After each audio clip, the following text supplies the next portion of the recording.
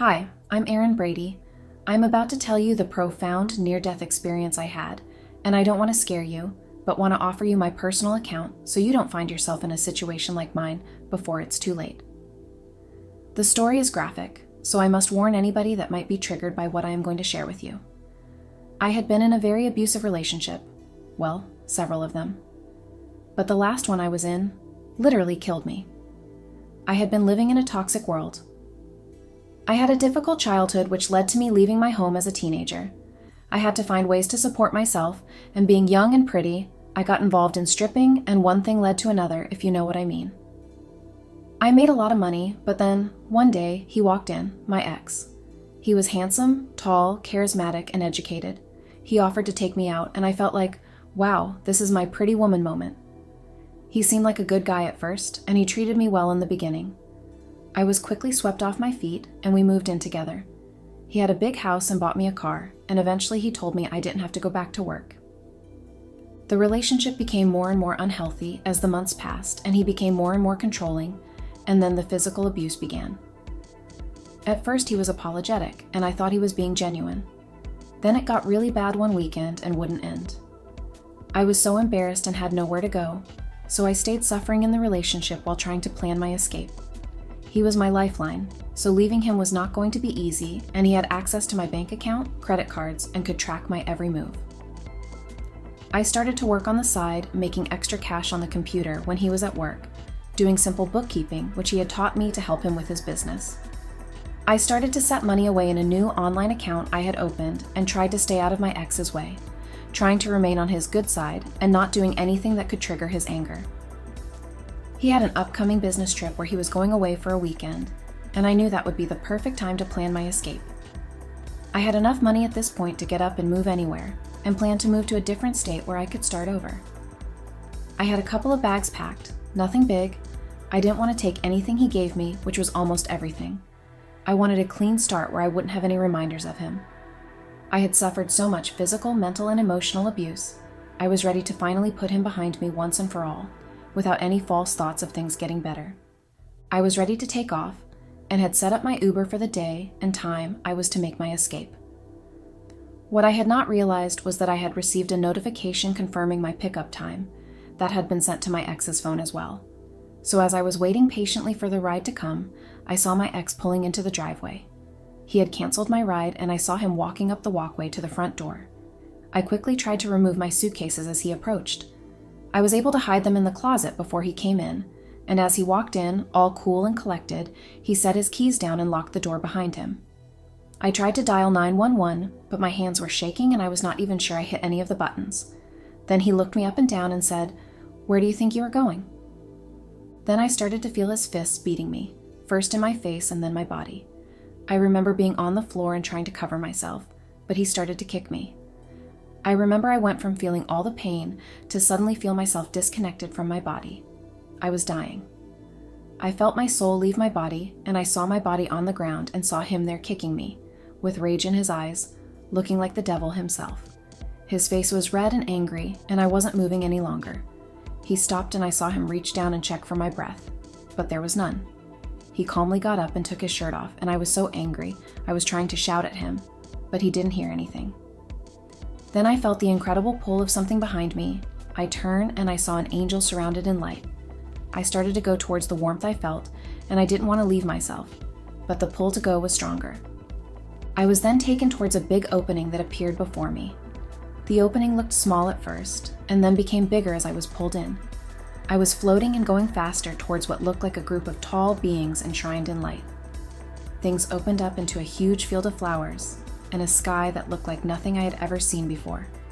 The feeling was magical and filled with love, and I felt sensations I have never felt before on Earth. I started to feel like I was no longer myself, Erin.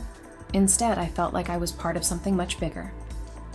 I was met by a group of angels, and Jesus stood there right before me. Exactly what I had pictured Jesus to look like from my religious upbringing.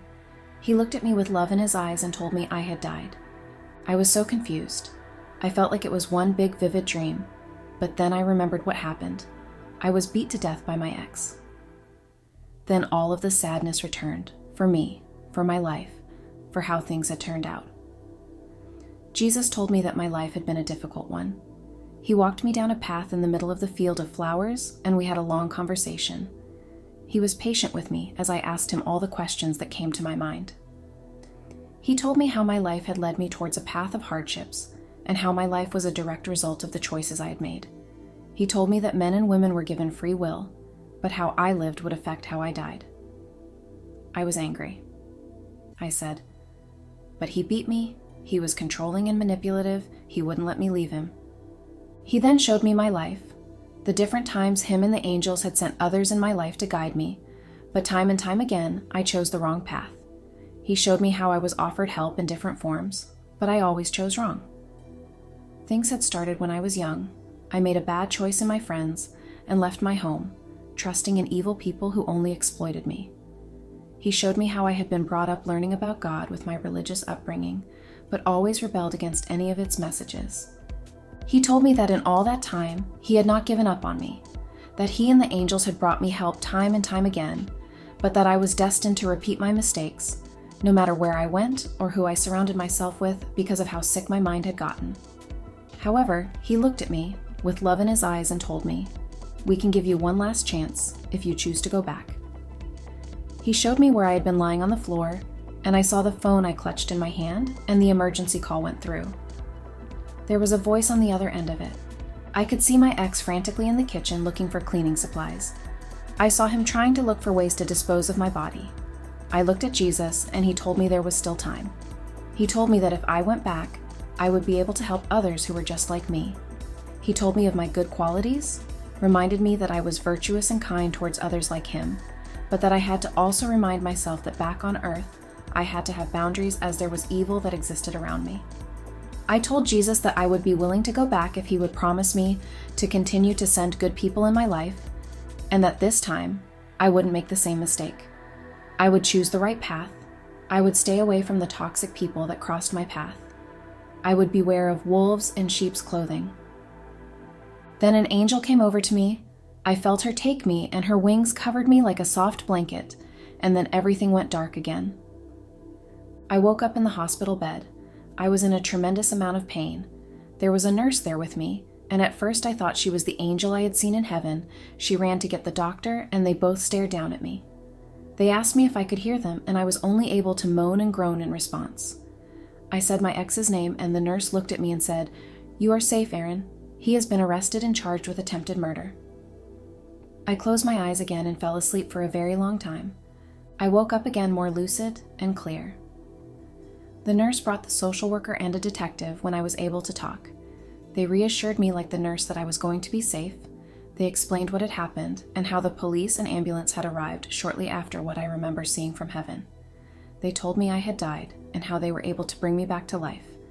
They told me I had lost a lot of blood, that I had a concussion and broken bones. They told me it was a miracle I had survived. My ex was an animal, and I was happy he was finally in jail. He's currently serving a 25-year sentence without parole. I stayed in the hospital long enough after my near-death experience to figure out what my calling was. I went back to school and became a registered nurse. I wanted to be able to help women who had been in my position. I work in the emergency room and have come across many women who have been in my position. I try to give them help and support and try to carry the message of love that Jesus had shown me. I also try to surround myself with loving and supportive people and found a group of survivors of domestic violence like me that also have God and faith in their life. I hope that this message finds you if you are in a situation like me.